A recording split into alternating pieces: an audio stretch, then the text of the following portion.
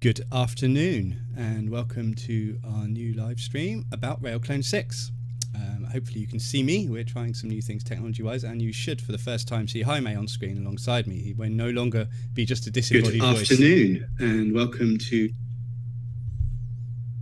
So I don't know if you can say anything, Jaime. See me. We're trying some new things technology-wise, and you should for the first time see Jaime on screen alongside me. He will no longer be just a disembodied voice. Good afternoon and welcome to... Is that happening on your side? Yeah. Okay. Yeah, it's happening on my side. It's been fixed. And you should, for the first time, see Jaime on screen alongside me. He will no longer be just a disembodied voice. Can you hear me now, Paul? I can hear you. Good. Okay. Sorry about that, guys. We had a little bit of technical hiccup there with the sound looping back through Jaime's microphone, I think, and back through to the stream. Hopefully that's fixed now. Good. Excellent. So we are going to talk today about RailClone 6. And go through the various features. This is one of two webinars that we're going to be doing. So the first one is with me, and I will take a more technical approach and talk mostly in the abstract about the new features, just to illustrate how they work and that kind of thing. And then on June the 15th, is that right? Yep. On June the 15th, we have a second webinar, which is with the creator of this image that you can see in the background here, with Rafael. I'm going to get the name wrong, Jaime. You're going to have to do this for me. Rafael Garcia. Rafael Zarza. Okay, thank you. From RZ Graphics, who created graphics. Yeah, who created. Great guy, great artist. Yeah, he was a big hand on coming out with this greatest scene for the release. So really thankful to him. Yeah, really grateful, and he'll talk more about sort of how this was put together, and talk more about how RailClone is used artistically, and do a sort of general breakdown of the scene, we hope. So that'll be good, and of course, if you've got any questions you want to ask about this scene before then that will be fantastic. We can put them to him. We have 90 minutes, I think. Longer than that would be... you could be talking about RailClone for decades. So. Yeah. I will try and keep it concise. If we can do it in less than 90, then we will, of course. Lars is saying that I don't look well, but that is the colour of my green screen bleeding through. I think that's stopped now. I did have the green video on another screen, and it was sort of blasting me with green light, but I think I look a bit more pink now, hopefully, than green. I've turned that off. Yeah, same for me, because I have the camera right in front of me, but then I have a monitor up here, so I'm kind of getting used to it. So let's kick it. Yeah, cool. Okay, so I'm going to talk, generally about the great new release of RailClone 6. I'm going to start. It's going to sort of follow roughly the same order of the trailer, which I think most people have probably seen. So I'm going to start off very broadly, just talking about the assets. And then after that, I wanted to do a little segment just for people that may be very new to RailClone or might not even have tried it before, which just really goes through in the most basic way the principles and just shows you how to put together a railing style using RailClone. And just to keep it a little bit fresh for new people, I will use the new RailClone slice modifier, so it's not completely old territory. After that, we're going to go through some stuff to the library browser groups, then a bit deeper on RailClone slice, a load of password, sort of the new password protection feature, style editor improvements, of which there are many, and all kinds of other little bits and pieces that you may have missed because the smaller stuff is not included in the trailer. So this is an excuse for us to cover some of the littler features that are nonetheless super useful. Okay. By the way, I'll be taking care of the forum, so guys, please be active on it. Any questions, comments, we're here to answer. So let's go for it. Jordi Soler, our new team member, who's taking care of all the new assets for this release and for the upcoming releases, of course.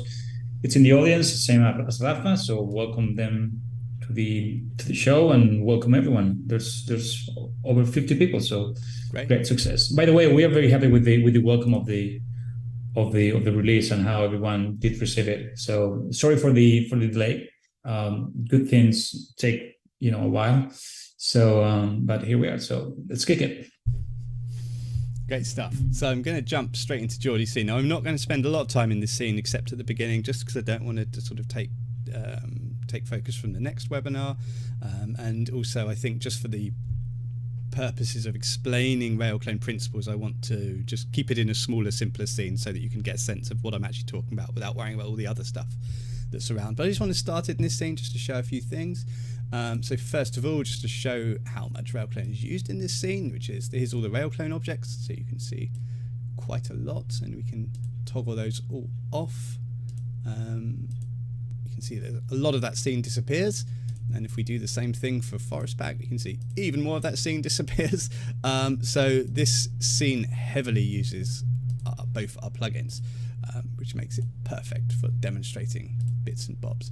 But what I wanted to do today was just to start off by introducing the new asset library, or asset libraries, that, as Jaime says, Jordi, our new team member, has been working hard on, and just show you how these are just a few places in this scene where they're used as an excuse to show you in the style editor, or in the library browser, sorry, the new libraries.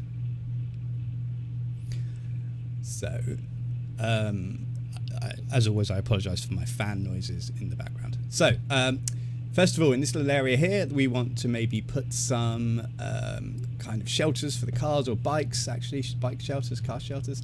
And so we could do that in the new library using the new traffic library, or overhauled traffic library, which is in civil engineering, and then there's the traffic library there.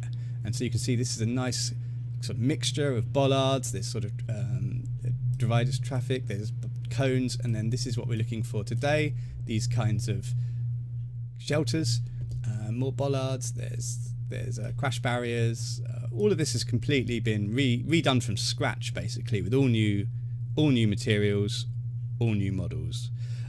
And so we would use this one in this scene, and all you would need to do in order to use it is just assign it to the spline, and then it should update. There we go.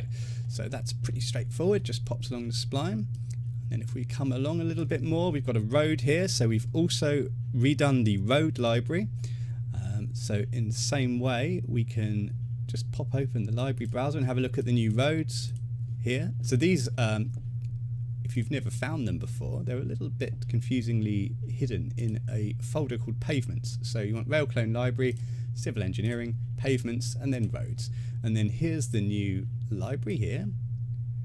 So you can see we've got lots of different road styles, new road styles, some of which allow you to do T-junctions and so forth, but it only by not through intersecting splines. You still have to butt splines up against one another. I know that's going to be on the first questions we get. You still have to butt splines up against one another to do this. But there's lots of new styles to choose from there, again, completely revamped. And it is, again, as easy as just assigning it to a spline. And there we get a new road. Of course, every road needs some kind of illumination to stop the cars from hitting each other. So the other library we've revamped in here is the the streetlights library, which is in the same folder, civil engineering, streetlights. And here you can see a number of new streetlights that we've got available here, including new traffic light options. So they're completely new, and got lots of options here. We're going to use this one here. I've already got it loaded, so I'll just add that to the same spline. So we've got our street lights.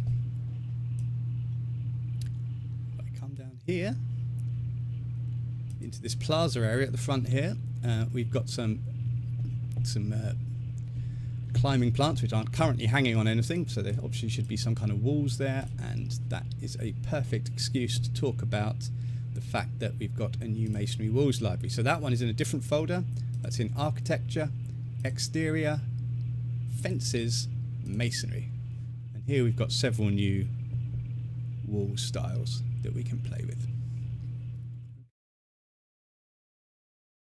Once again, it's all pretty straightforward. We just assign it to the spline. There's a spline down here somewhere.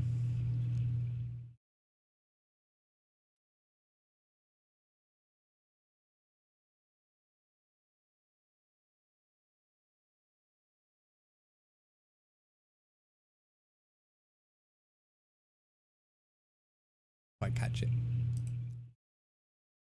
There we go. And then moving on a little bit further down to here, we've got also a brand new library that's specific, completely overhauled library that is designed for populating parks with various pieces of furniture and so forth. So in this scene that was created for us, this area here, we can populate by going to landscape architecture park, and in here you can see all kinds of new benches. We've got bins, bike racks, bike stores, more benches and that sort of thing. So we used this bin here in this scene, and again all we need to do is assign that to a spline. I think it was that one there. There we go, and we've got a load of bins along there too. So there's a ton of new libraries. It was just really just an excuse to show you the 5 libraries that we've got in there now, that you can start having a look at and playing with. They're all deliberately quite simple styles to use, so they really only require you to assign them to a spline and maybe adjust a couple of parameters from the parameters roller. Like here, for example, this bins one has the ability to adjust the distance between the bins. But they're very good for beginners to help get up to speed very quickly with RailClone and understand how to use and start to create their own styles as well. So that's hopefully going to be helpful for people. I don't know if there are any questions so far, Jaime, about the libraries that are worth mentioning on air. Nope, no? Not yet. Cool. No, so yeah. Let's move on. No, okay, just checking. Okay, so while I'm in this scene, I'm going to pick up one of the new features before we move on to the fact that we're going to create a few styles from scratch. And that new feature is the fact that we've made some significant changes to the way the style editor works. If you are you've used RailClone before, you would know that normally this style editor, which is the brain of RailClone, normally only stays open when the RailClone object is selected. So normally if I click on something else, then the style editor would close. So for example, if I wanted to click this spline down here in order to change the length of this, then the style editor would have closed. But as you can see in RailClone 6, the style editor is still there. And that makes this, it's a sort of seemingly a small thing, but actually makes using RailClone so much more interactive and so much nicer to use, because now I can change the spline, for example, and change the path of this. And then I can also come into here if I want and say that wasn't exported, and I can make changes to the graph without needing to lose my spline selection. So I can work totally between the RailClone system and 3ds Max's normal modeling tools or scene organization tools really, really easily, which is going to make a huge difference. And it's also going to enable some other things to happen, which I'll show you a little bit later. But I just wanted to mention this now because you're going to see the style editor open and on top all the way through this presentation basically, so I wanted to mention it right up front. There are a couple other things I wanted to mention here too. If you pick another RailClone object, say I pick this road, you'll notice the style editor doesn't update. It's still using the last RailClone object that I opened the style editor for. So if I wanted to switch the style editor to show the road graph, I just need to pick the open style editor button for that, and it switches to that one. And the other thing I wanted to mention is sometimes you've selected something else, like maybe I've got this spline over here, and you've lost track of the RailClone object, not easy to pick or something, and you want to reselect the RailClone object that is this style is attached to very, very quickly. Then in order to do that, you would go to this button in the top left-hand corner here, and from there you can very quickly just pick the RailClone object again. And there you see I've just picked the road there very quickly. So hopefully that helps. Good. So I'm going to switch to a new scene now, and while I do that, I'll see if there are any more questions. So I'm just There's a few of them for coming in, yeah. Yeah, a few. Okay, let me just. So Theodore is asking if we are doing. I mean, asking about the curves library. We are revamping everything. I mean, we're going to take care of all the free material included in the pro version. It's going to be totally revamped, and then we're going to extend some stuff that are not up to date. So expect a lot of assets coming in the next year. Again, we have Jordi fully working on it 24 hours a day. Well, not that much, of course, but our commitment is to have everything revamped before summer 2024. Okay, so expect that. Yeah. Then is having a quick look through here. The new keep editor function, it can be confusing when you have the current RailClone object active in the editor. Just your working with copies are the same. Okay, yeah, that's just a case of switching between them like I just showed, I think. Yeah, it seems like everything else is fine.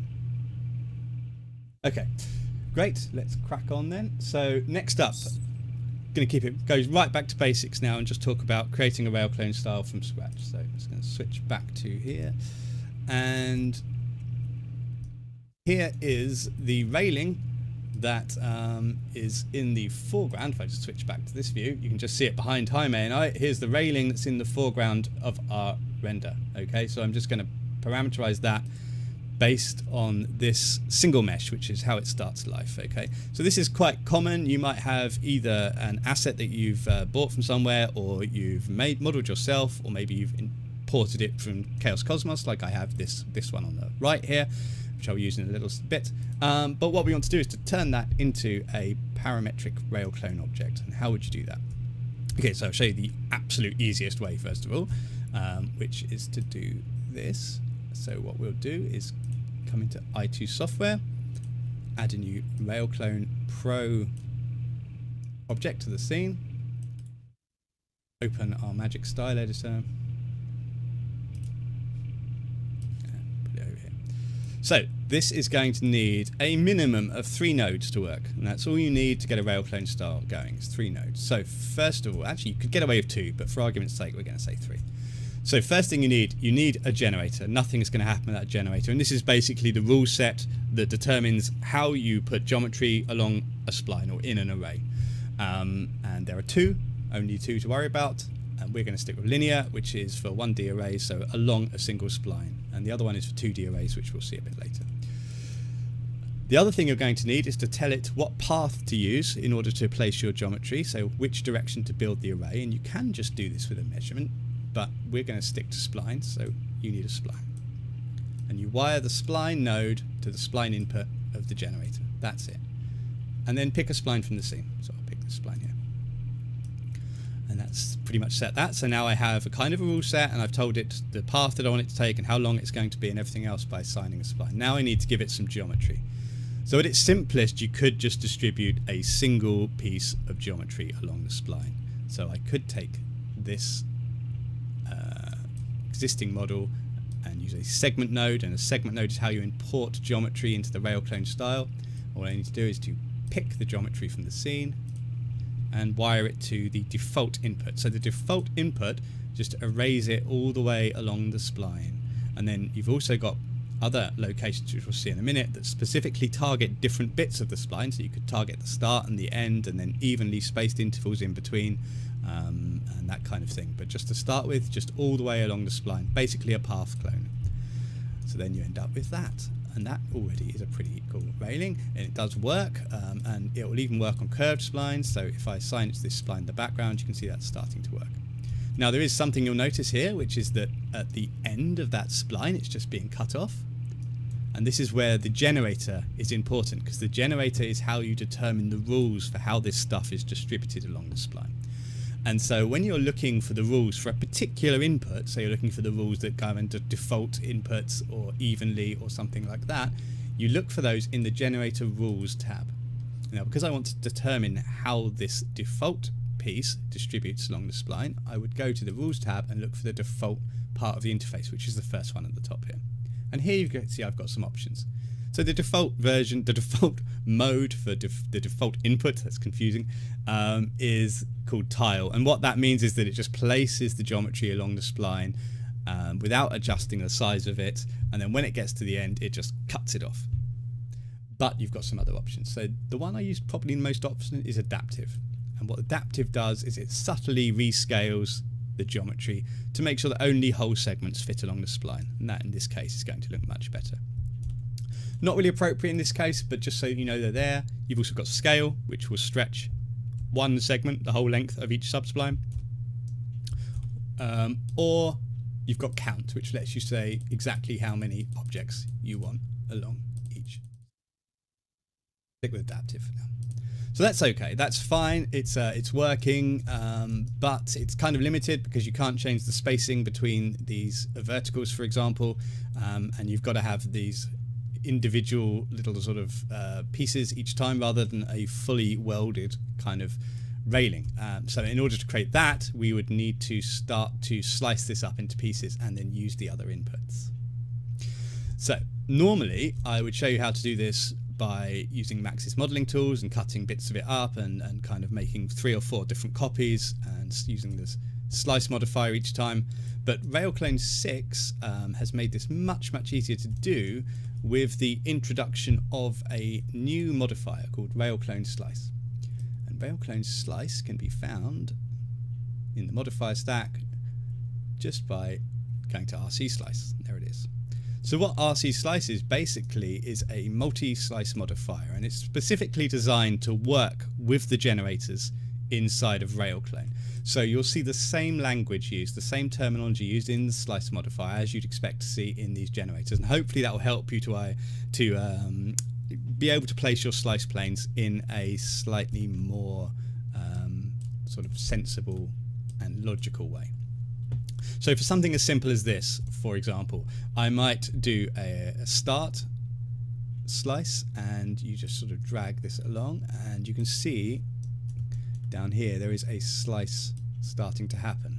Now that can be a little bit difficult to see, so if you want a clearer view of that, or you want to adjust it using the mouse instead of numerically, if you go into the sub objects and hit X start, now you've got a slice plane, right? So I can easily put that slice plane where I want the start of this geometry to be, the start of this railing. I want to separate this bit off here. And then I'd probably want to do the same for the end, right? So I want to cut the end off in the same way. So you see I can turn off end there, click on end in the sub objects, and just clip that in there like so. What else might I need? I probably need this section here in the middle. So let's do that. That's the default. I think I've got default, sorry, evenly. I've got an evenly input here. So we'll go to evenly, turn it on, and then I can. Now these sections that are slices in the middle of an object, like this evenly one, they generally have a position setting. So that's the first slice plane, and then they have a width. So that will set the second slice plane. You can't drag that on with the mouse at the moment, but I can just adjust it numerically and visually like that to slice that in there. So I've got a slice at the start, a slice at the end, and I've got a slice in the middle. Yeah, and the last thing I need to do is to tell it to have a piece that's in between what is basically the default segment at the moment. And what I will do then is, this is another one which has 2 parameters, so I'll set the start point. Let's go to there, and then drag out the rest of the slice plane. Pick up another piece. Okay, so that is basically this model prepared. Now this is a very simple example, but obviously you can do this with any model. So it's particularly good for more complex models where there's a lot more slices to create, and you can automate that whole process. If you come to the bottom of this slice modifier, there is the ability to export slices, right? So once I've done that, what I can do is click export slices, and it will show me the slices that I've just created in the viewport there. Now you could use those to build this mesh. So I could, now I've got that, set the pick say for example the default segment, and now I've got that there, or I can pick start for example, and then I've got that. I can pick these like so, and then start building the style. So that would go at the start, for example. Another one for the default, and so on and so forth. But and although that's fine, actually you don't need to create these separate pieces, and that's what makes the slice modifier really quite cool, is that I can get rid of all of these, and instead of doing that and having to pick an individual piece, I just pick the original mesh that I put the modifier on, and which you can see has picked the whole thing. But in the segment node, if I scroll to the bottom there, there's a new option called RC Slice, and it says source, and you can choose which of those slices you just created to use without having to explode it into lots of multiple objects. So I could say start, and now I've got the start. And then I can make a clone of that and put that in the end. So this goes to the end of a spline, and then I can just change the source to end. Right, and it's still the same piece of geometry that I've got selected there. And then I can clone it again, and I can choose default and plug it into the default input. So now you're getting a railing that's much more parametric than just cloning this along the path. And then the last thing I obviously want is this midsection here. So I want that spaced to even distances along the spline. So that means I would plug them into the evenly input. So I'll just clone this. That's fine. And wire into evenly. And change the source to evenly. X evenly in this case. There you go. So you can see now we've got quite a flexible little style based on that little bit. So it obviously goes around corners fine, and we've got a start and an end, but also we can adjust that width between these up verticals if we want, just by changing the evenly distance. Remember, this is in the rules tab.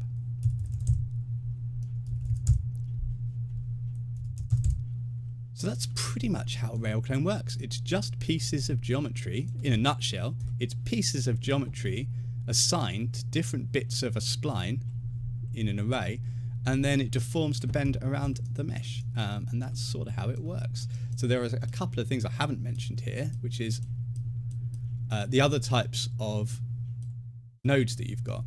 And I won't say too much about these right now because we'll come back to them later, but these basically allow you to modify your segments in some way, the operators. So for example, you can change the material IDs, you can set up conditions, we'll look at that later, you can randomize between different segments, create sequences, and do things like compose. So that one I will mention quickly because what we haven't got here is a corner. So let's see what would happen if in this spline I added a corner. If I take a corner around there like that, see sort of what's happened. I haven't got a corner input, and so it doesn't really quite know what to do with that corner. It's just continued the default segment round, and that would not be a very secure railing. So we need to put something in the corner, and this is where having this kind of segment cut up is quite interesting, because I can do this with a compose operator. So what I can do is pop a compose operator in the corner, and I can use the compose operator to glue together various other segments to make a new piece of geometry. So I could, in this corner, for example, take the one that's in the end piece. I really should have renamed these. You can see that's there. And then I can take a start piece, pop that in there. And then you can see I'm starting to get one that ends and then starts again. Now, you can this takes a little bit of explaining, but you can see that it's kind of on the left-hand side, or right-hand side, sorry, of the corner rather than centered on it, and that's because it depends how many segments are added to the compose operator. So when there's only 2 here, for example, it will center it to the first one that's in the compose operator. But when it's an odd number, it will always center to the middle segment. So an easy way to align this to the corner is just to pop a segment in the center. So I'll just add an empty segment, there's nothing in it, and just pop that in the center, and you can see it's starting to align now.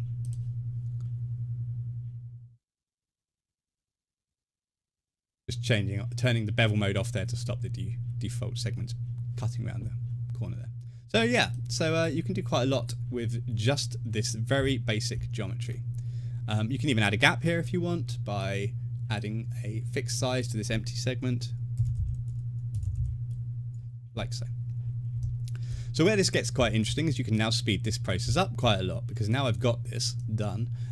What I can do is to start to use this graph that I've already got to create all new geometry. So let me just pop this one out of the way down here.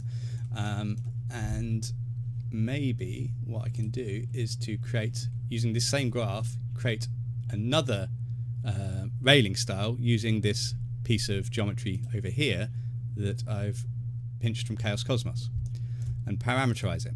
So what I'm going to do is make a copy of this,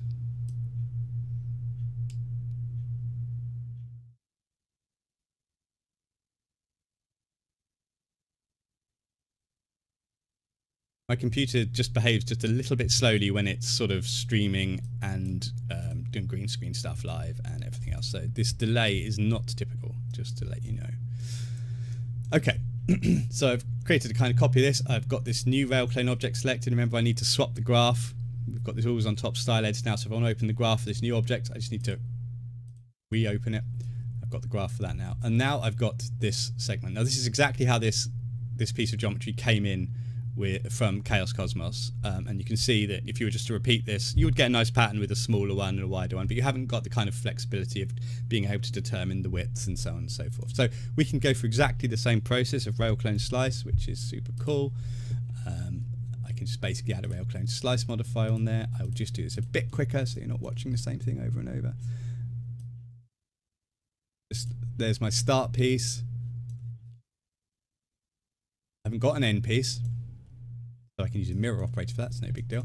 But I haven't got an end piece there at the moment. Then I want a evenly piece. So that's going to be this piece here.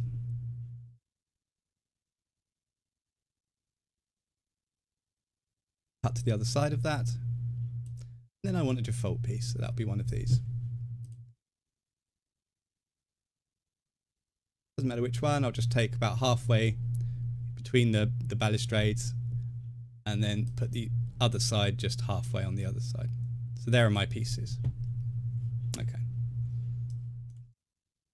That sort of takes care of that. And what you could do now is just pick that new geometry and you should get an updated style. The only thing that's missing there is an end piece, and that's because I never cut one because there wasn't one in the source geometry. But no fear, because I can use one of these magic operators to take the start piece here and mirror it into the end. And there you've got a second railing style, which is also parametric. You can obviously do things like export the parameters, so you can control this post spacing without having to open the graph and that kind of thing. But that's the basic setup. So when you can see, creating the first one took a little bit of time. Creating the second one was much quicker, especially with RailClone slice, because you've just got to slice up the source geometry and then assign it to all the segments that you already had in the graph, and it takes a lot less thought and effort. So hopefully that helps. I'm going to talk about one other thing in this scene, or a couple of other things in this scene before I move on, but because RailClone slice is important, I wanted to see if there are any questions yet about that, or any other questions at all. There's a question from Lars. Yeah. Regarding RailClone slice modifier output in the editor, couldn't it be done as a segment with a number of output operators for each source? Yeah, I think I know what he means, which is instead of having multiple segments where you have to choose the thing, kind of, you can correct me if I'm wrong, Lars, then you want to, it would almost be better if it was sort of automated, or there was multiple outputs, one node with multiple outputs that you connect up.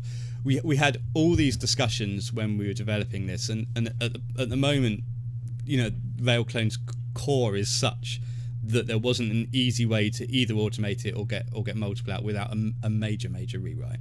So as it stands at the moment, we have to have multiple segments like this. But as you saw, the fact that you can then assign a piece of geometry to multiple segments in one go does make that a little bit more painless. And I'll show you a little bit later the fact we can also automatically generate segments with all those inputs set up automatically, kind of as a procedure, I suppose, that automatically quickly generates all the segments. Then you just pick the ones you need and wire them up. I'll show you that later when we look at a more advanced example. So those two things are the way we've tried to speed that process up a little bit, but believe me, we did want to do it so that it's just one segment, you wire it to everything and it automatically detects. But if you think about the way RailClone works, one segment can go into multiple inputs. It could go through various graphs. It could be combined in various ways. There's no easy way to know exactly which slice you needed to go into the end result, because it could be used in all kinds of weird and wonderful ways, and we need it to be reliable for everyone. So this is sort of how it is at the moment. Good question. What are the other questions? There's another one about roof tiles. How would you put a roof tile on a cone-shaped roof?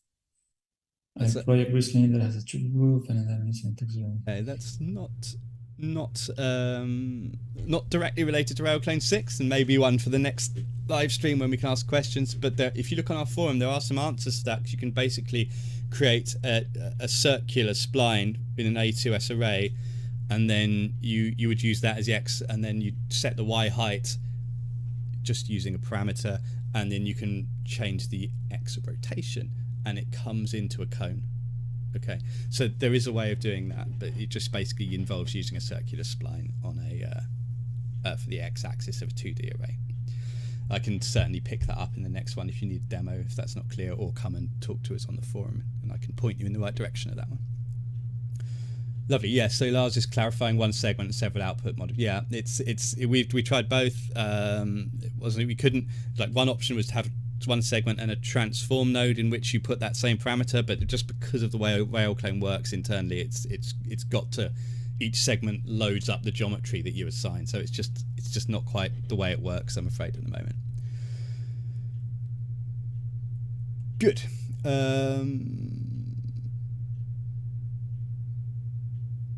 Okay, so if I switch back to the screen, the other thing I wanted to mention is that once you've set this kind of thing up, so you've created yourself, maybe I've only created 2 here, but maybe you've created yourself 10 or so railings, you know, using this setup, and you want to then add them to the RailClone library. That used to be a little bit of a chore, but in the RailClone 6 we've made that much easier with the rewritten RailClone library editor. And so let me just show you how easy it is now to add something like that to the library. So this is our library browser. Now you'll generally have a user library there, but if you haven't, just create one in a folder, and I'll show you how to create a new library from scratch. So we can basically create a new railings library and add these to it. So what you do is right click on here, go to create library, you can right click on it and rename it. Let's call it railings. And then you've got a blank library here. So what you do is just right click over here somewhere, and with your 2 railings selected, just click on import railings objects, sorry, import RailClone objects from scene, and then it'll bring up this option. So if you a Forest Pack user, you've probably seen this too, because the same feature exists now in Forest Pack. It will ask you where it wants to save it, so it's going to take those 2 things and save them in an external 3ds Max file, so you don't need to worry about this original file if it's used for something else. You can optionally choose to create a material library. Generally you don't need to do that unless you're creating or you're having to support multiple render engines, but if you're just creating a V-Ray, for example in my case, library, and I'm only using V-Ray, I can leave that alone. You can choose to collect the assets, which means it will pull in all the textures and other assets that are needed to build this style, and it will save those in the library as well, so that if they're scattered all over your disk or whatever, it will bring them all into one place and save them with the library, so hopefully nothing breaks further on down the line. And finally, you can create thumbnails. Now this isn't a rendered thumbnail, this is a screen capture from the viewport, but a lot of the time that's good enough for you to identify what this library is, and if you want to go back and create renders for it later, of course that's an option as well. And then you just click import. Just give it a second to do that.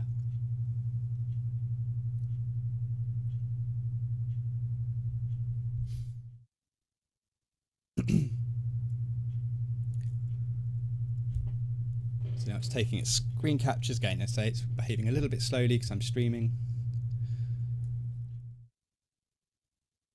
There you go, now it's given me a little status, so it's told me 2 objects were added, no materials were added, and actually there weren't any assets on this anyway, but it would have copied clones across, and you can see a little preview of it there too. And that's it, that's all there is to it. Those 2 objects are now added to the library. That is much easier than the way it used to be, where you'd have to kind of create the library and then import max files or edit the XML or whatever, but this is much more artist friendly, very easy now once you're working with RailClone and you create something that's looks like it might be useful later, just drop it into your library very quickly, and then you've always got it there. So I really hope that's going to help people to, you know, feel like they can use and reuse RailClone. Great. So the other thing I wanted to mention in here in this simplified scene is groups. So we have got group support in previous versions of RailClone, but it was a little limited because it didn't respect kind of translations, scales and rotations of objects inside the group. You had to kind of reset the pivots inside the group and getting them all to all line up. Now in RailClone 6 that's a thing of the past, and groups work the way they should. So for example, let's say I'm going to distribute this street light using RailClone, and I want an actual light under there. So what I would do is put the light in position and then rotate it to the angle that I think best matches that street light, and then I can group those two things together. And just call it light, or anything at all. So there, I've got a group now. Now, of course, I want to change where the pivot sits. So I'll just effect pivot only and put that back onto the ground.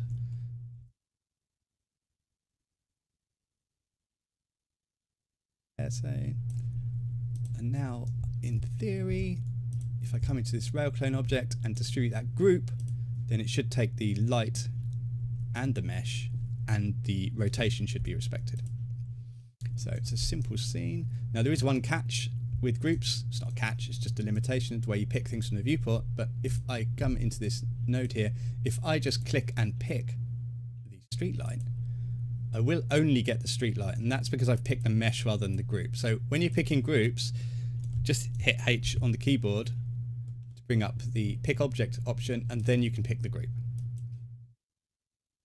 Now you can see this little box here represents my V-Ray light. So this is just a viewport display thing. When it comes to render, these will all be instanced V-Ray lights. So that's really handy. That makes things like using groups much, much easier with RailClone, and makes that a much more powerful feature. And great for like big scenes like the one that we're looking at here, where you can't see them in this view, but where you've got tons of streetlights, each of which had a light. Doing that manually is a pain. So being able to do it with RailClone is fantastic. Great. What's people saying about? So I'm just looking at the art. Library remembers slice. Yeah, good question. It should do. It should do, because it basically instances the object inside of RailClone. So good question. I don't think RailClone is so exciting. It is exciting. I agree with you. Yes. I think that's about it. Hello from Paris. Hello from Canterbury, Paris. So there's a question about, is there any new plans to make the compose group operator to behave the same way as this? Well, it's a different kind of beast. I would say I think for me, compose is a kind of sequence operator in which you can take existing segments and put them together in a sequence, but then you can put that short sequence inside another single input, like a corner or an evenly, or somewhere you can normally only put one piece of geometry at a time. And I know it has got grouped mode, the compose operator, but again, if I wanted something to be combined together and always stay combined together like that, I would probably just use groups instead. I don't think why you might not. So yeah, they've got slightly different uses, I would say. I know the compose operator can be a little bit confusing for people, because basically what compose in group mode does is glues all the pivots together, and then you can use translation or whatever to sort of move them around again if you want. I think I'd need to see what you want to do, so feel free to let me know what you want to do and we can look at that. Okay. So let me have a look. So these are some of the big cool changes. Now I'm going to jump back to I've just hidden us, there we are, and this scene here. So this is a close-up of that scene with different lighting, and I'm interested in looking at this this kind of building in the background here, this glass facade, and I'm going to use that as an excuse to talk about some of these style editor changes, of which there are many in RailClone. Lots of small style editor changes. So for those people that use RailClone regularly and create their own styles, there's lots of little things here that I think make life so much nicer. We didn't show all of them in the trailer, so this is an opportunity to show hopefully many more. Just loading up this scene in the background. Is that a question there? Will you be adding your plugins to? Oh, I'll let you take that one, Jaime. Yeah, that's a classic question. Guys, we wish we could jump to other DCCs, but we are a small team of 8 people. We are focused on Max. Max is the core of RGBs right now. So, well, we've been playing with real time.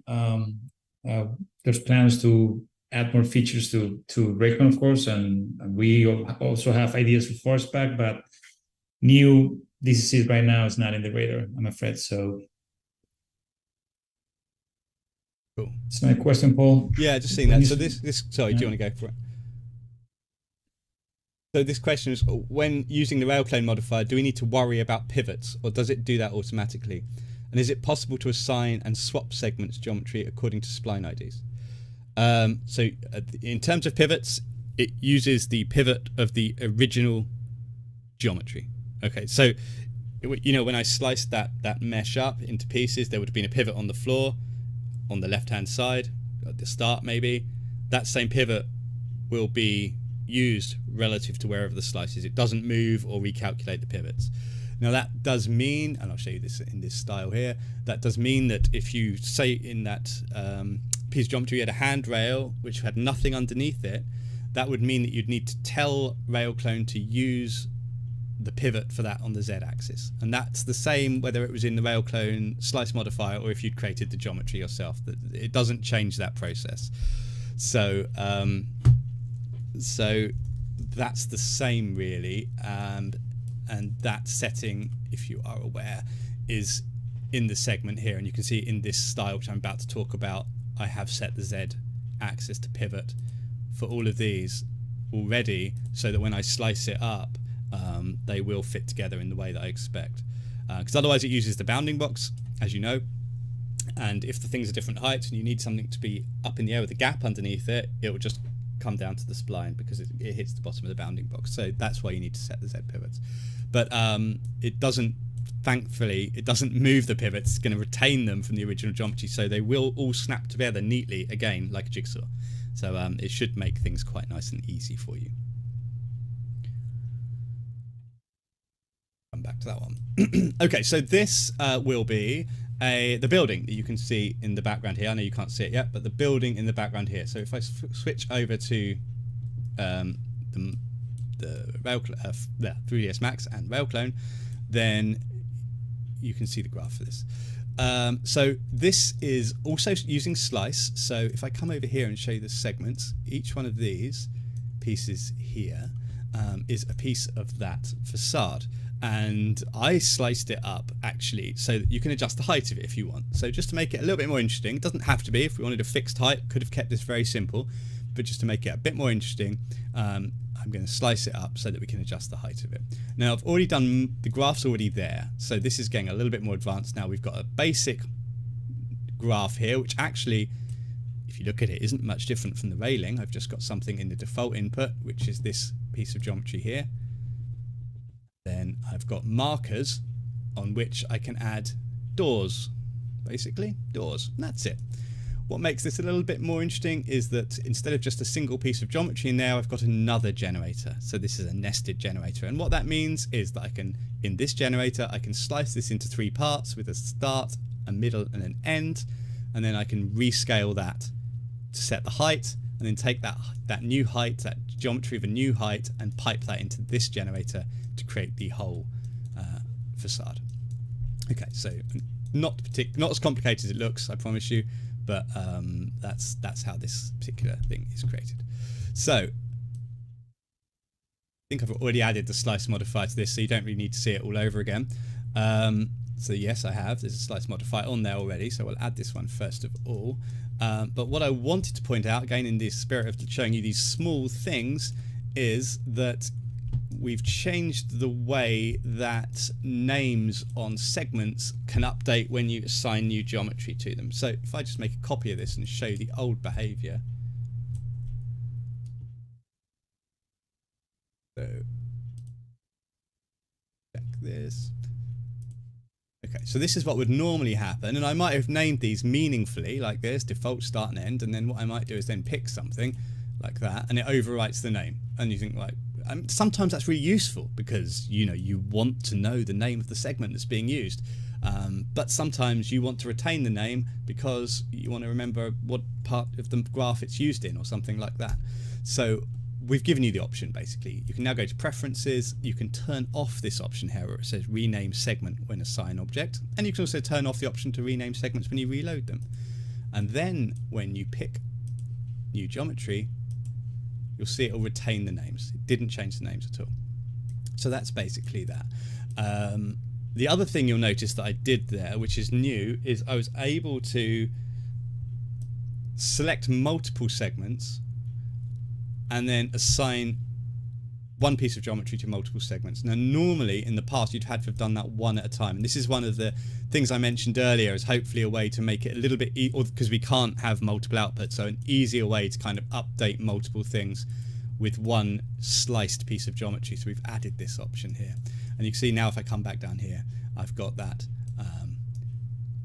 going on. Now it's not quite working because I haven't set yet, and I just wanted to recap this, I haven't set yet my modifier output, so you can see they're both using the whole geometry. So what I want to do here is set the default to the default, start to the start, then set the end to the end. It's pretty much as straightforward as that. Yeah, so that's the thing, and because this is nested, like I say, because this is nested, I can come in here and I can change the size if I want to, and this is what separates this from is for reasons that I don't need to go into now. It's using the spline as the top instead of the bottom, but don't worry about that. Okay, so that's pretty much how that works. So two things there, the ability to, or one thing really, the two things, the option not to rename the segments and the ability to assign a geometry to multiple segments, both really useful. Now, a huge time saver for me now is the ability to clone nodes. So you've probably seen me do it a few times already, but this wasn't possible before. So say I wanted to create a new generator here to add, say, let's say we want a solid piece of wall optionally here. So what I can do in order to do that is to select the whole thing, and now, just like you can everywhere else in 3ds Max, I can hold down shift and drag it to create a new set of nodes. And again, this is much quicker when I'm not streaming. It will be pretty much instant, but just for the minute, just bear with me.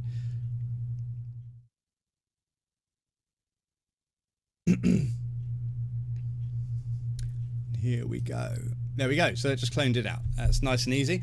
Because I can clone that, I can then select these three things, and then I can assign new geometry if I want to. And then that's a whole new generator with new geometry, and you can see it's built it down there for now because I haven't attached it to anything. With new geometry set up in seconds just by cloning and then reassigning both those new shortcuts. There, I'll put that in there in a conditional node. So yeah, so that's pretty handy, and you can see because those things were cloned from one another, if I adjust one, they both change. So that's cool. Great. So we can do the same to add the doors, for example. I've already set these up here, but I just haven't picked the geometry yet. So let's just do the same thing and pick, which one is this one? I think it's this box in the back here. So this is again been sliced, pre-sliced. I've got start, middle, and an end. So I'll just pick that. And then by doing that, I've added these doors here, which is handy. And then I can do the same thing with these. Just pick these holding down control and add this door here, which has got the open door.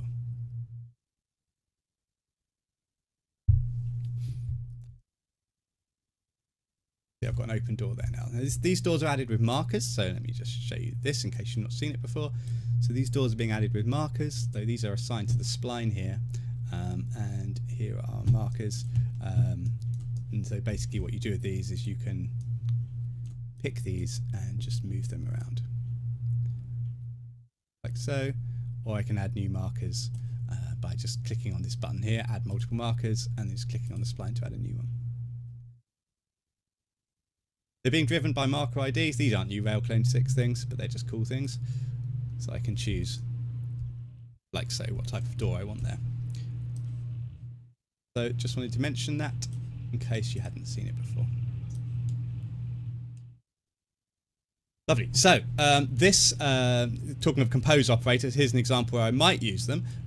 So this compose operator here gives me the option to add two types of door in these frames, right? So I've got over here, I've got open doors there and closed doors. And what I want to do is to use marker IDs. Let me release the spline.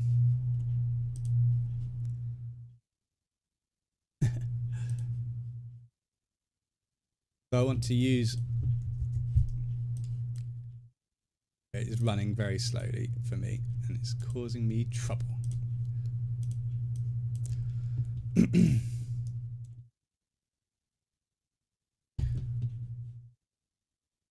1 second, have I got it back? Yeah. Oh, finally. Okay, good. Sorry about that. Yeah, I've got these two doors here, one closed, one open. They share the same, exactly what we were talking about before. These share a kind of pivot with this so that when these are aligned with this one, so if I was to show you what that looks like, if I line that, they'll fit in the right place. So that's how they're going to be composed, right? Because I've already pre-aligned the pivots. So that's how I can do this. So what I'll do is come into my RailClone style, and what I want to show you, what I'm getting towards when it behaves itself, is that I want to show you how you can import multiple pieces of geometry into RailClone now, just by selecting them from the scene. Now this is something that's made possible because we now have the always on top style editor. So what I can do is select them, and this could be 50 things, please bear in mind. I'm just doing 2 in this case, but you can just select them, and instead of having to add a segment, select the object, add a segment, select the object, I can right click in here and I can just hit import scene selection, and it will give me in brackets how many objects I've got selected, so you haven't accidentally hit Control A and imported your whole scene into into RailClone. So in this case just 2, I just click on that and I get both of them imported as segments. So it's a really like easy to overlook, but can save you so much time if you're importing segments regularly. And then what you should see now is that if I attach this to that compose operator, which is in group mode, then you'll see that will fill in the doors. I can do that one. Like so. But yeah, so that's a pretty handy way of importing things. That's kind of what I wanted to mention there, I think. And the other thing I might do is just let you choose there how you would switch between an open and a closed door, kind of globally, because I want to show you later on how something can be incorporated into macros that couldn't before. So if you've never done this before, say I wanted to create an option between those two doors that I can edit from the modifier panel, I would add a selector modifier. So remember, these just modify the geometry that's going through the graph, and I input one into input 1 and the second one into input 2, and what this basically lets me do is to choose which piece of geometry I can use using an index, right? So I can close the doors or I can open them using an index. So that's pretty straightforward. I think there was a question a minute ago in the chat about whether you could control things using material IDs, and you can do that with this too. So I could choose those doors based on X Spline material IDs or Y Spline material IDs or marker IDs or so forth. But in this case I want to just export it, so I'm going to right click on it. I'm going to go to export parameters, index, and then I'm going to add a numeric node. So what I'm going to do is change this to a drop-down list, so that's called a selector, and I'm going to add 2 options here, which is, I've forgotten what order they're in, but let's say it's open door, which have a value of 1 to control the index, and closed door, which have a value of 2.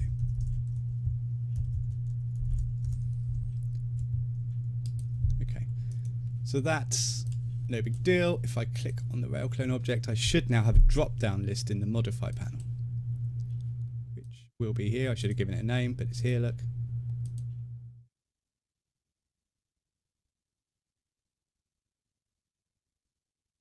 isn't that working? It's not working because I haven't actually wired it up. Rookie mistake. There we go. Close door. Now it's working. Open door. So that's a quick and easy way of doing that. And then later on I'll show you that this can now easily be converted into a macro input. Door type. Good. So. Just while I'm in here, a couple other little things that could be handy for selecting and working with bigger graphs. So at the moment, as we marquee select, you can see any node that slightly falls within the marquee gets selected, which can be tricky in big graphs when you don't want to accidentally select things that are only just inside, or wires for that matter. So what you can do instead is use this little option up here now. You can see up here it says window crossing. If I turn that on, then only the nodes that are entirely within the selection are selected. So a small thing, but just unless someone points out to you, you don't necessarily know it's there. Great. What else can I do in this style to illustrate how things work? I can show you that we have got a new numeric node type in here. So, for example, I can control the height of this using a value list. Okay, so you've just seen a drop down, but there's also this thing called a value list now. Now what this lets you do is to output a list of values, either based on an index, so kind of like the selector node you just saw, but instead of outputting geometry, I can output numbers here instead. Or you can also do the same thing with material IDs, next material IDs, and marker IDs. So it's basically a selector node, but for numbers. So what I can do, for example, is let's output a couple of heights, like 600, 800, and 1000. So these are the heights that we're going to use for this. I'll just swap the current X size in there. And then I can change the height using this index. Like so. Now, that's much the same perhaps as using a selector node, but where it can get interesting is if I assign this geometry to multiple splines, all of which have a different ID, then I can change this back so that it's using the material ID to set different heights, for example. So that's kind of interesting, and you can do kind of tons of stuff like that with it too. Like also good for synchronizing different values all over the place if you need to, because you can have numeric IDs with one kind of index input, and you can use multiple different values going to all different places controlled from one index. So that's quite handy. So that's good to look at if you get a chance. Just looking at my list of small style editor improvements here. Wire thickness. This is a purely cosmetic thing. If you go into options, is it style? Yeah, options, preferences. I've got two different types of wire thickness, so I can choose thin or thick. So if I choose thick, like that, or I can change it to thin. Other things I've got here are the ability to do. You now use conditional nodes, which you have the ability to do and or Boolean operations. So this is new in conditions. So it used to be the case that it was always kind of and, I think. So at the moment, for example, it's set to position on spline at 50%. So you're seeing it on half of those there. And material ID equals 1. And because it's set to and, you can see it's on all three splines. But if I change it to or, then you can see it's only on the 2 and 3. That makes sense because it's not material ID. 1 doesn't work there in that case. So you've got now that basic ability to combine mode and or with conditionals, so that's quite handy too. And then moving on, we've got some options for organizing our wires in the style editor. So I will full screen for this one. So again, this isn't too complicated of a graph, but even now you can see the wires are starting to get a little bit busy. This one here is crossing over various other nodes and making life a little bit challenging. So you've got two options here. You can either just reroute these wires, just by double clicking on them to add a reroute node, and then using that I can double click and kind of move these things around. So that's kind of handy and new. Or you've got the other option, which is to use the new link node, which is right at the bottom down here. And what you can do with that, on the surface, if you put one on there, it kind of looks the same as the reroute. Like, it lets you just kind of move the wire around, doesn't do anything else. But there are a couple of things worth paying attention to here. You've got the ability to change the style, so you can use a normal node style or a simplified one, like this. But when it gets really interesting is when you add two to the same wire, because now what you can do is control how this wire is displayed between them. So I can change it to dashed, for example, if I wanted a dashed line, or even more useful, change to hidden. And when it's hidden, you can see the wire only displays when the node's selected. So that can really clean up your graphs by doing that. If you want to assign this start one to multiple splines here, then you'll see that I can just sort of drag it until it overlaps all of them, like so. Then I could set it to hidden, and then I could just drag in links onto all the other wires.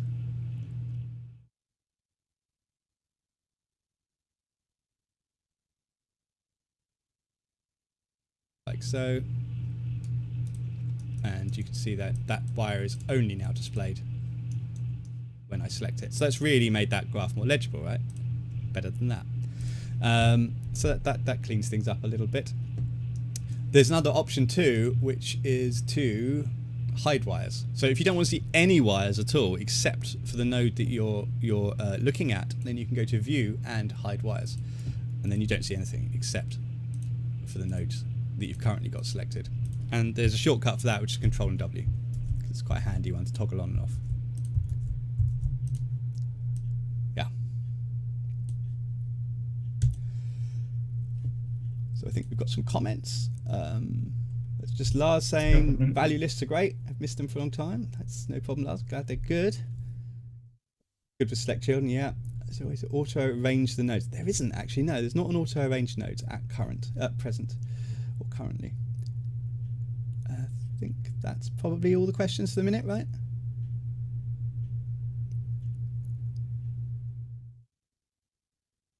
Ropes, compose office furniture. That's just, yeah, it's a use case. Okay. We got 25 minutes, Paul. 25. I'm getting there. Don't worry. Yeah, no. It's in case. Just in case I'm getting carried away. Yeah. Okay. Fair enough. I'm just I don't want to miss any of the useful ones. So hide values. Okay. So there's a big one, which is macros. So let me just turn the wires back on. So for those that don't know, macros are basically a way of nesting graphs inside other graphs, and you can use them to really simplify things. So you can see this one here, for example, already in here, called negate value. Now this isn't a big one. If I double click on it, then you can see there's a small node, but this is 4 nodes that I've hidden inside this graph. Okay, same as the new compound materials thing in 3ds Max. So in the past, when you wanted to create a new macro, then you couldn't just copy and paste in various types of node, and specifically you couldn't copy and paste in Paul, sorry, I keep seeing chat on your screen. Got it. Okay, Which screen? Cool. Yeah, I knew I couldn't go a whole episode without doing that. So let me do that again. So there's this is a macro node right here, right? This purple one. Anything that's purple is a macro node. If you double click on it, inside that macro is multiple other nodes. Now you'll see that it's got inputs and outputs, and if I go into my macro, you can see inputs in this case are numeric and constant values, and there's also specific types of inputs up here for bringing in segments, splines, surfaces and clipping areas. Okay, so if you want to import geometry into a macro, you had to create one of these inputs. And in the past, you had to do that manually. You couldn't just automatically convert a segment that you copied and pasted into a macro into one of those inputs. So it was always, if you built this big fancy graph, and then you wanted to say take this whole thing and turn it into a macro, it was always a little bit of a chore because you had to then go through and kind of replace all of these segments with that inputs manually. What's great now is that I can just select this whole graph here, like so, right click on it, or just Control C, paste it into this graph, and it didn't complain, and you can see it automatically created an input node for the clipping area, and every single one of these segments has also been converted to a macro. Now I haven't named them in any particular sensible way, but it doesn't matter because it illustrates the point that this macro has been entirely created just by copying and pasting, and here it is here. And the other thing that is of interest here is that this macro now supports drop-down lists. So if you've got drop-down lists in your macro, it will support those too.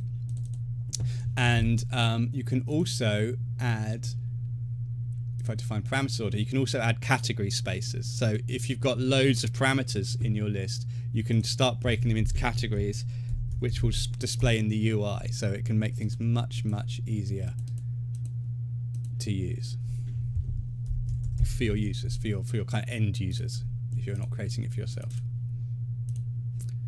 So I come back to here, you can see now, you can see my two category list headers there. So that's really, really handy as well. So hopefully, I think this will help people to create macros much more easily, because you used to really, if you wanted to create a macro, you had to know that from the get-go and start creating a macro in a macro so that you didn't have to spend ages converting it later. But now if you've got a bit of your graph that you want to quickly convert to a macro, it's just really as easy as copying and pasting it into a new macro node. So it's going to save a bunch of time, and it takes care of all the conversion for you. So that's really, really handy there too. Oh, there's so many little things. Let's moving back to the numeric type. Where's that? Did I do that? Yeah. So just a quick one. If I come back to my selector node, numeric type, basically a drop-down list.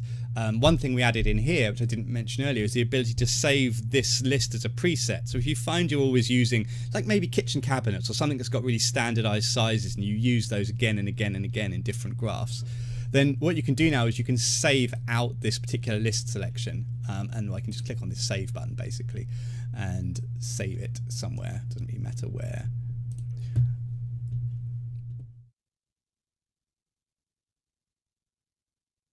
Actually remember where I saved it for, somewhere in here I think.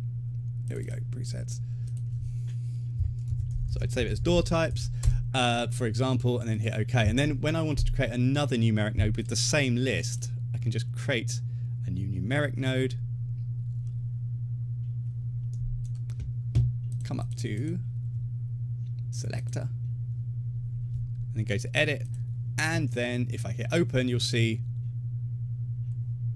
I've got a list of different drop-down list settings that I can choose from. So in this case, I use door sizes, I think door types or something, and hit Open, and it will populate that list for you. So it's really pretty straightforward to do that, and that can be really handy if you just find yourself entering the same values over and over and over again. Great. And another thing, actually this is a really handy one, is that material IDs. So if I just come over here, this limit material ID here, it's okay. So if I turn that option on in my graph, what I've got is limit by material ID here. So that basically is a generator setting, and it lets you choose which material ID that should generate geometry that you set on the spline. And in the past, it was possible to do individual material IDs like this. I can do 1, 2, or 3, or you could do less than, greater than, or equal to, pretty much. But now what you can do is you can treat this much more as a string. So you can do ranges. So I can do comma separated lists. So I could do 1, 3, for example. So that, or I could do a range 2 to 3. See, 1 to 3 would be all of them. So you've got a lot more flexibility there, and that can really save you a lot of time when it comes to, you know, having to, otherwise there are a lot of situations where people are having to create multiple generators just to fulfill all the kind of conditions that you might need for limiting by material ID. But now you can do that with ranges and comma separated lists. Hopefully that will really simplify your graphs as well. So that was just another little thing I wanted to mention while I was there. Okay, more things. Right, I'm going to switch scenes quickly, and I'll see if there's any questions while I'm doing that. So I'm just going to switch back to our main view and then open up another scene. Are there any questions, Jaime? Not at all. Not at all. There's a comment from Good Day saying that RailClone is too complex, and I was saying that, I mean, we are aware that obviously it's not force back, but at the same time, once you get the basics, and from things that we've done with so many schools out there, most of them here in Spain, once you get the basics, I mean, people finds it a lot more powerful than force back, and with limitless possibilities and chances. Yeah. And also bearing in mind that in this particular demonstration, obviously I'm diving into the little bits and pieces. We have to deal with all the things we've added in this version of RailClone for people to know them. So it's not a typical use that you would need to know all these little things when you're getting started with RailClone. This is if you've advanced a little bit and you're really getting into creating styles, and you want these little extra bits and pieces. That said, we could do a live stream with basic stuff for beginners. I mean, 100%. Yeah, we have tons of beginners tutorials on our website, but maybe doing a live stream for beginners with questions and just answers on the go could be something helpful. So guys, if you want to, I'd definitely be up. Anyways, Lorenzo is asking, what is your GPU? My GPU, it's a 1080 Ti. We're changing that one anyways, so we will rebound to Sony. I was excited about it at the time, but you know, it gets out of date so fast, doesn't it? Okay, so I want to talk a little bit. I've jumped away from the RailClone scene just to make this a little bit easier to illustrate. So I just wanted to talk a little bit about some randomization changes that we've made, and I will just bring in the style editor and switch screens. Don't forget to switch screens. So this is, imagine this is a basic facade. Okay, so again, not actually a particularly complex style. This one, it's a 2D array. I've got 5 different glass types, which you can see down here. They're basically just different widths. 1, 2, 3, 4, 5 glass widths, and I've got 1, 2, 3, 4, 5 kind of panel widths, but I probably won't use those this time. So that is pretty much what I'm going to do. And what I wanted to do was to randomize those. So you always had the randomize node here, and you could use that if you wanted to randomize per segment like that. So what you'd end up with the randomize node in previous versions of RailClone, this is kind of what you're limited to with this, is that every time a segment's picked, it randomly chooses one of these 5 segments. So you can see I've got 3 bays, 4 bays, 1 bay, you can see how that works. Now the nice thing about the randomize node is that it has got probabilities. So if I didn't want too many like wide bays there that were 5, I could turn down the probability of those and have fewer of those, and maybe I only want 40% of 4 windows, and you've got this kind of control. So that's what's cool about the randomized node. What's more challenging about the randomized node is that you haven't got a lot of control beyond that about when a new number is generated or when a new random segment is chosen. At the moment, it's every time a segment is used, a new random one is selected. But what if, for example, I wanted a new different random segment for each one of these facade sections between the evenly inputs, or maybe for each of the 2 subsplines? In order to do that in the past, what you'd have to do is use a selector node instead. So what you would do then is add a selector node and then wire all these into this, export the parameters, use index, and then use a random number node, wire that into there. Then you could change this from minimum 1, maximum 5, and then you've got some options about when it's generated. So you can see at the moment it's generating at the start here, but you can generate per segment, which gives us what we had before, or we can do X Spline start, which, as you can see, each subspline gets a different randomization, or X Spline section. Now this is a 2D array, so what that means is that each row inside the X evenly segment, sorry, will get a different random thing. So you're getting each like section here has got a different random value, and array y row, right, which is each row is getting a different random value. So you've got loads more control there over how you randomize it, which is okay. But there are a couple of things. Let's say we wanted to randomize it, but we want them to line up vertically, so not each row is the same. There's not really a way to do that right now. And the other thing is no probability. Can't control the probability presence of those things, so I've lost that. So what we've done in RailClone 6 is change the randomize node. So all of this, none of that's necessary anymore. So if you didn't take notes on that part, all you can do now is just use the randomize node, and it's all in there, but of course with the benefit of having the presence still. So now we've got this custom seed option, and we've got all those settings that I just showed you. So segment, X spline start, Y spline section, and array Y row. So that's immediately a big time saver. You see, I've got much easier. I've retained my ability to set the probabilities, which wasn't possible before, and I've made the graph much simpler because I've got one node where I had multiples before. So that's really handy. But we've also gone a little bit further than that and added some new sync between options. So if this is when a new seed number is generated, this chooses how those seed numbers are synchronized together. So the main use for this, and the reason we added it, was because we had a lot of requests for wanting to synchronize up through the rows. So what we would do in that case, so if I set this to segment, and instead of it being like it is now, where I've got this row does not match this row and this one doesn't match this one, for example, what I can do now is set this to array rows, and what will happen now is that passing up through the rows, the segments match. And for buildings, that's absolutely invaluable. This works wherever you use it. So I think the example that originally triggered this had these kinds of evenly splines coming up here, and they were all different sort of thicknesses, but they wanted to be matching all the way up the building, and this will let that happen.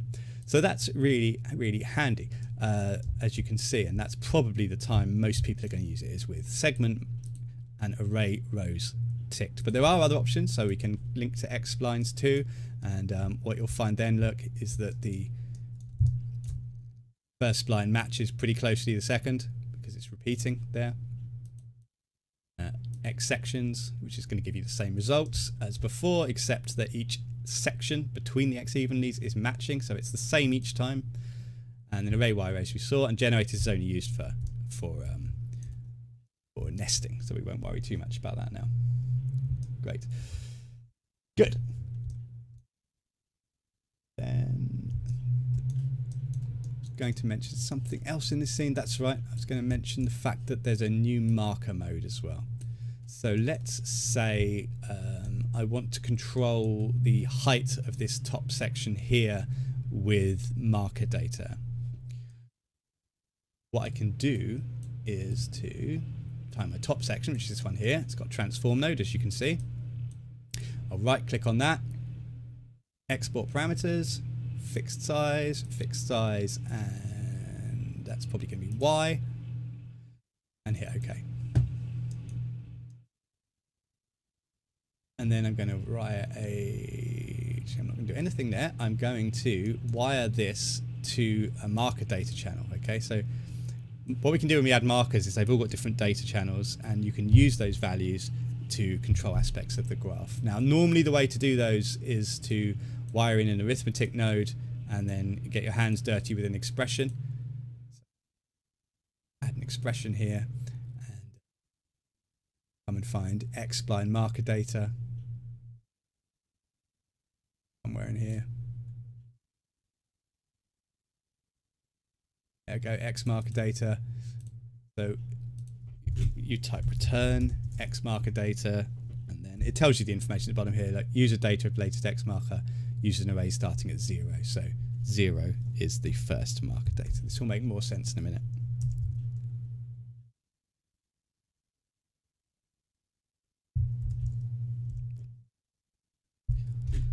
Semicolon. Hit evaluate.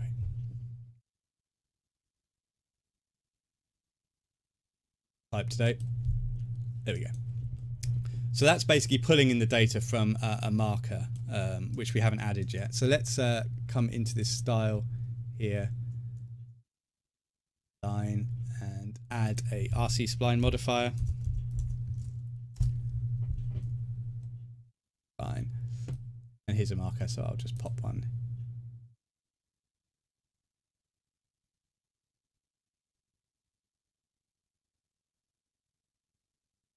Click on the spline, add one there.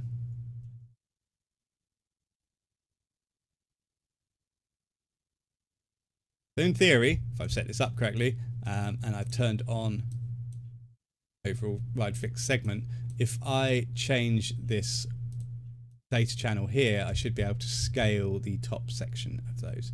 So I would just set this to say 20.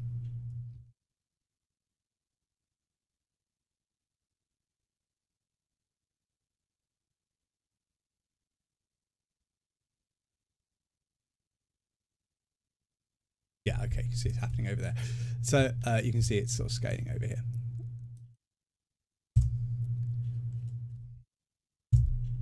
Right, so you can see what's happening. But because I've set the marker in the middle here somewhere, what's happening is that the marker is only affecting the geometry after that point, right? And I'll just do the same to the other one.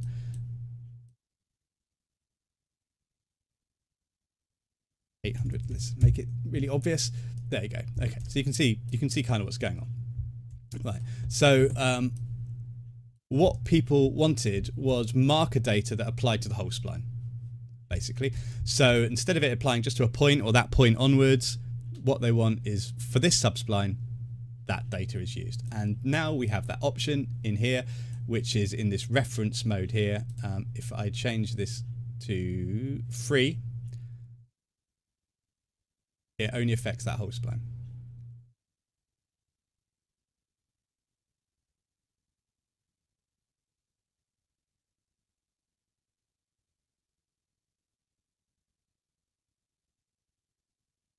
Oh yeah, no it is. There you go. So yeah, so that's basically how that works. So now I've got this free marker that works and affects the whole spline. And the other reason this is important is because before you could sort of do this if you put it right at the start of the spline, but that stopped working the moment you used padding limits, basically. So now this still works with padding limits too. Okay, so that all is still compatible, but that's basically what the marker data does there.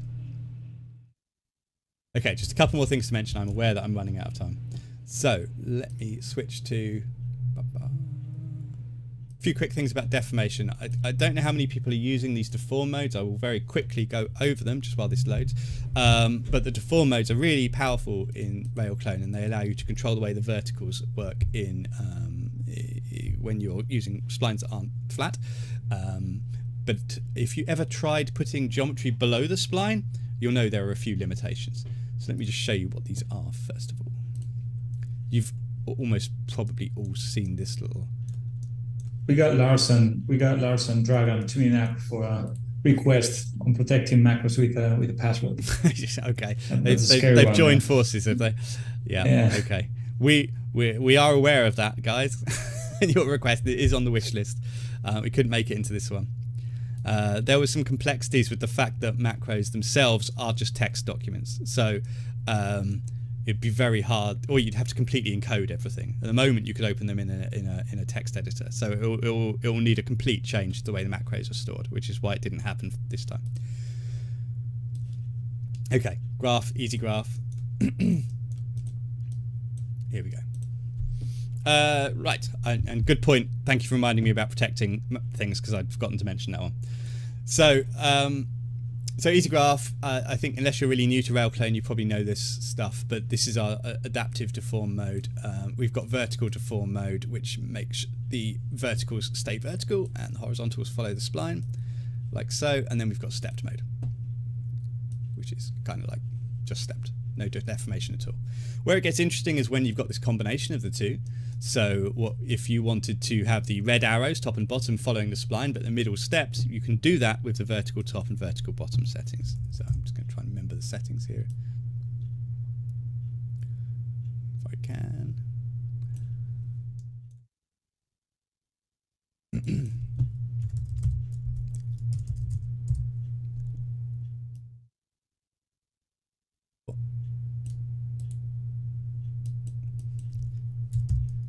is a classic case of this worked 5 minutes ago, but now I'm transmitting it. It's not. Meanwhile, Paul, there's a question by Brandon Kirkup. He says, I'm getting issues where my geometry is clipping at spline corners. My geo is not properly wrapping around it. Is this a known issue? It's not a known issue, I don't think, with clipping, but it may be to do with the way the corners work. So it could be specific to what you're trying to achieve. It would be interesting to see that, perhaps. But it will be to do. Why is this not working? It would be to do with the. It would be to do with the corner. If you can see my screen, it would be to do with the corner modes down here, probably, where you've got these different.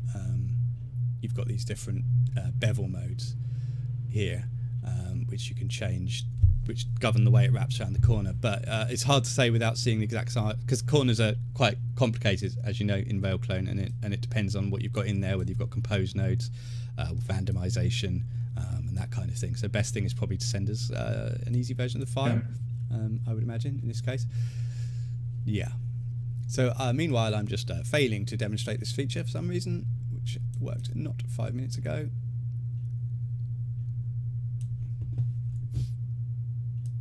Because it's meters, is it? Let's try 0.2.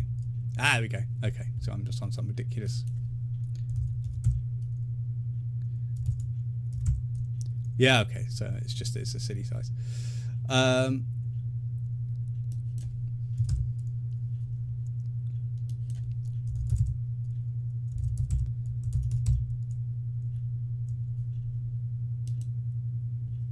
So you can kind of see it starting to work. I don't know why I can't. It's just a panic at the moment, I think. Yeah, yeah, there we go. Got it. Phew, I'm not going mad. So you can see with vertical top and vertical bottom on like this, then the middle, the blue arrow remains stepped, while the top and bottom red arrows follow the curve. So this is a combination of vertical and stepped mode. And I think, again, people probably know this is here, but it's particularly invaluable for things like balustrades and things like that, where you want the posts to remain upright and you want the top to follow, and you might have a pattern or something in the middle which you also don't want to deform to follow the spline. So it's really, really useful, and it's good for facades too. But sometimes with facades, we want the facades to follow the top of the spline, so we can take it down to the ground, or bridges and things like that. And there was an issue in the past because these deform modes only worked when the segment was above the spline. But now, I'm happy to say that we can take this below the spline, and you can now use negative values in these, and the same thing, which it says it doesn't work, the same things would apply.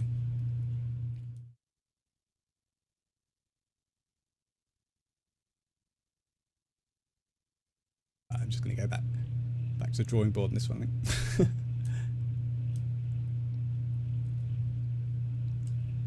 Well, I can tell you, and you have to trust me, it worked 5 minutes ago. But basically, yeah, I think I'm just getting the settings wrong. The deformation modes do work below the spline. I'm not sure why it's misbehaving for me, but that is something that's working. While I'm going to use this scene for some other example now instead, to try and cover up my folly. So, as someone mentioned, password protecting styles. Yes, we don't have macro protection yet, so you can't currently separately protect macros, I'm afraid. But you can password protect your graphs, with the theory being that any important settings would be exported to the parameters rollout here. So you can still do quite a lot with that. In order to password protect style, all you do is go up to the style menu and type protect by password. And then you just give it a name, and if you want to see what that looks like, hit show and hit OK. And then what will happen is that the next time that you open that style, in theory, it should give you or prompt you for the password. There we go. And you won't get into the style unless you've got the password.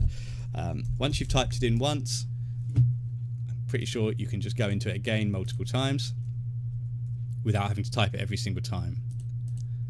So that's fine.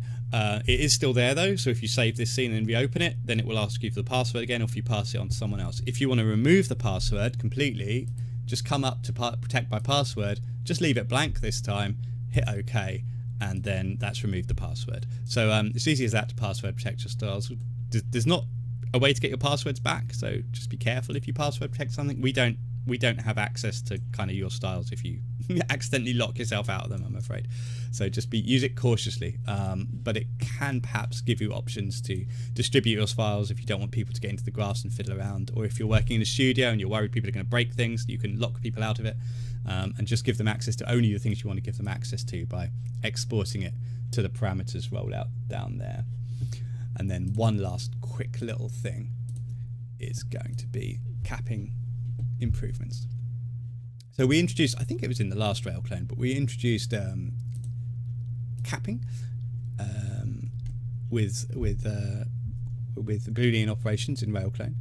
And that works pretty straightforward. You basically have a RailClone object and open the style. And you've got a clipping area here. It could be either this clipping area or extend XY size to area, and we just wire it to clipping input, and we can cut things away. Now, as you can see, there is capped using one of Max's Boolean operations that we have access to through the API. So it's a bit limited by what we can do with it, but it's working quite well in this case. And it's basically been improved now, so you've got a little bit more control over mapping.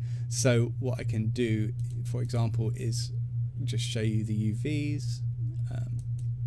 Now you can see there's currently no UVs on there, so if I come into the segment and turn on auto box mapping, that now also box maps the capped polygons that it didn't before.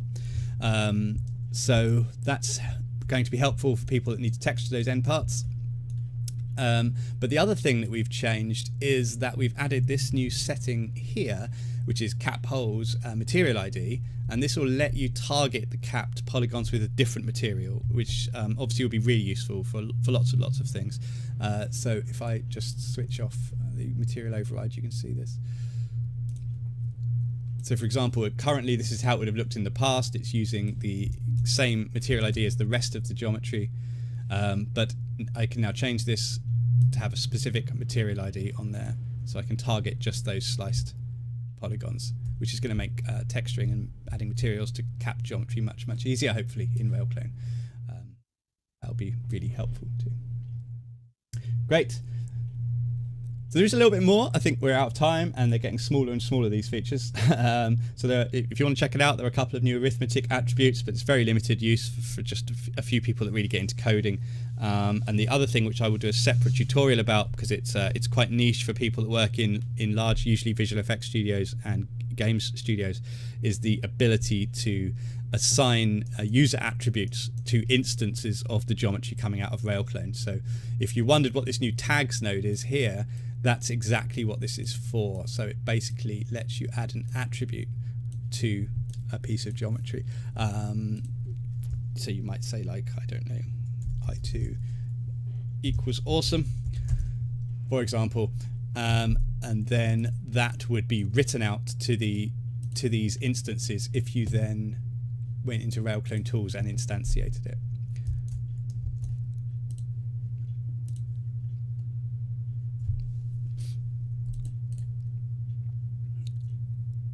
And the reason for this is that these attributes are often used when exporting to other engines, or they're used for big pipelines where rendering on like Linux or something like that. In the example that I'll show you as a tutorial, you can use them, for example, to swap items in V-Ray proxies and things like that without having to do it manually. So they've got all kinds of uses, but it's not typical, I wouldn't say, in most ArcViz workflows. I'm happy to be corrected on that, of course. So there you can see now in my object properties that added my attribute iToo equals awesome at the top there, which is absolutely no use in this particular scenario, but it might be that I'm using that variable to assign a different material to those things, in which case that name could be used for the materials, or it could be loading a different proxy with that name or something like that. I'll show that in another tutorial, but I'm aware that there's a tags menu there that you might wonder what it's for, and I haven't touched on it, but that's basically what it's for in a nutshell. Great. So have we got any more questions, Jaime? I see Lars is saying that that's so there are obviously two types of RailClone users. I've just addressed this. There are real power users like Lars, who we know makes and distributes macros, and that's obviously like that, and there are a couple of other people we know do that, and I can see why you want password protection for macros for that kind of thing. There's also people who make and distribute styles, and password protection is obviously useful for a different reason for those guys. So we've addressed one type of user, we haven't quite addressed types of users like Lars who are distributing macros as opposed to styles. So I can totally see that.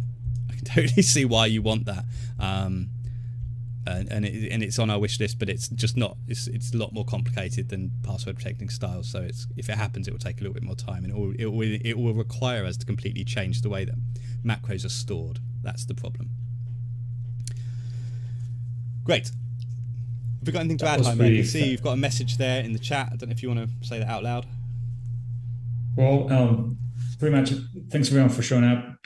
It's been 100 minutes right now, so we made 10 minutes over the time. And it's been great. Our next call is Thursday, 15th. So we'll see you all there, hopefully. Rafa will be showing and explaining the scene. That's all on my side. Sorry for just looking up all the time, because I have the screen right in front. I mean, the camera right in front of me, and the screen's over there. So I'll fix that for the next time. I'm the same, actually. I look over to because I've got the second screen on my right, so I always look like I'm looking off camera, but actually it looks like I'm looking at you. So, yeah. Exactly. But by the way, the goal for this year is, besides keeping on with these live streams, we want to have we want to invite people. Rafa is going to be the first one, and then we will have more guests. We can't unveil anything right now, but we have a list of interesting people that I'm sure will bring nice features and aspects to these live streams. So nothing else. Thanks everyone for showing up. Thank you, Paul, for your endless knowledge. And we'll see you all on Thursday, the 15th. See you on Thursday, yeah. Yeah. Cheers. Thanks, everyone. Cheers. Bye. Bye.